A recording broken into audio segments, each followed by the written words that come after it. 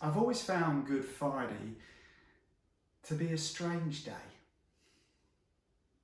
It's one where usually, along with the other churches in our community, we take a walk of witness from one end of the high street to the other. Now, I don't have a problem with witness, although I do think Jesus intended our whole lives to be a witness rather than simply a walk on a particular day. What I struggle with a little bit more is the fact that when we take that walk, we do it looking so sombre. Now, don't misunderstand me. Good Friday is a day when we reflect on everything that Jesus went through for you and I. And yet, we also know how the story ends. And therefore, my sense is that even on Good Friday, it should be hope that drives us forward, rather than despair. Even if we were to look at the suffering and the pain of the events around the crucifixion, we would see glimpses of hope, glimpses of love and compassion. We see it in Simon,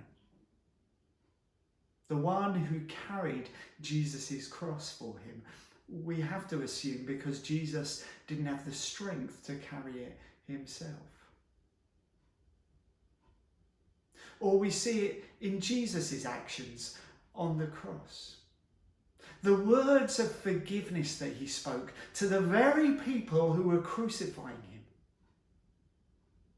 And the invitation of forgiveness that he gave to the rebel who was being crucified along with him. We see it also in the actions of Joseph of Arimathea and Nicodemus, who lovingly took Jesus' body and buried it in the tomb. All of this, glimpses of hope and love in the midst of suffering and pain and despair.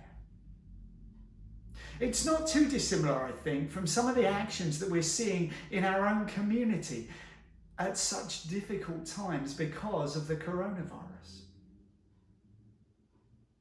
Actions of hope, actions of love and compassion. We think of the doctors and the nurses, all of the medical staff. We think of all of the frontline workers, all of those who are serving and helping and delivering in such difficult circumstances.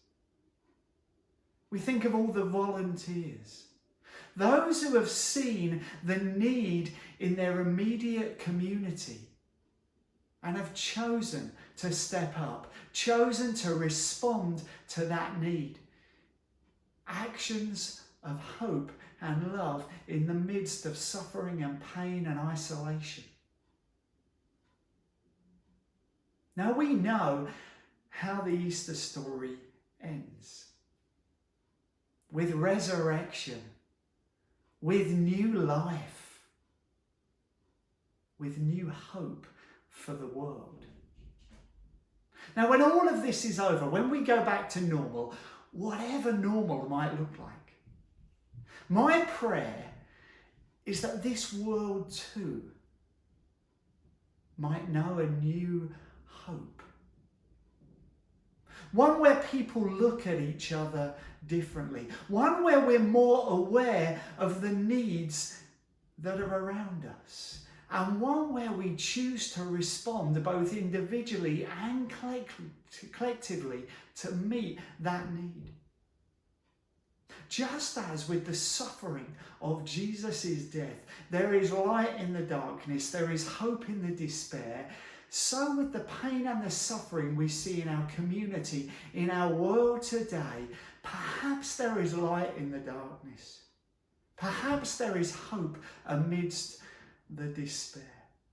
Now, I'm not one to quote the Pope very often, but I was struck by some of the words that he spoke this week in an interview that he gave about his thoughts on the virus. He said, "I'm thinking at this time of the saints who live next door, the nurses, the doctors. They are the heroes, the religious sisters, the shop workers, the priests, all performing their duties so that society can continue to function." He said, how many nurses have died through this period? How many religious sisters have died, all serving? And he said that it reminded him of a character in a book called The Betrothed, a character who's the tailor. And it reminded him of his words that said, "The Lord does not leave his miracles half finished." Perhaps if we become aware of this miracle that he spoke of the next door saints, maybe if we could follow in their tracks, then the miracle might end well for the good of everybody, because God doesn't leave things halfway. Only we do that.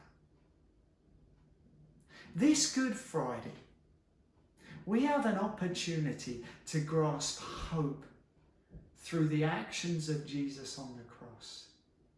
And we have an opportunity to grasp hope through the actions of those showing love and compassion in our community.